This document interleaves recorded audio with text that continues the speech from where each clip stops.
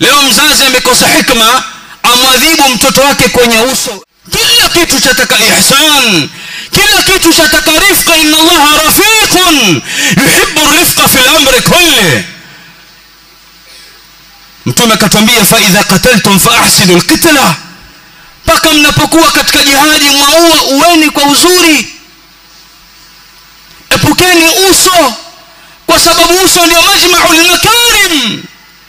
Mpaka katika kupambana fi ardhi al-ma'raka fi i'la'i kalimati Allah tabaraka wa ta'ala, pia pale kwa taka rifq, pale pia kwa taka ihsan.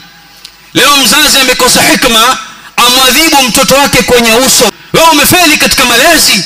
Mtoto hapigwi kwenye uso, ukimharibu wa uso, na uso ndio majma'ul makarim. Na ndio maana Uislamu umetutaka tunapotaka kwenda kuoa banati wa Kiislamu tuangalie nyuso zao, kwa sababu uso ndio mahali pa kuangaliwa, ndio mahali pa uzuri wa mtu. Leo baba unakosa hikma, unampiga kofi ukikata ile pua, ukimpasua mdomo, ukimkata sikio. Fatushawih wajha at-tifl wal walad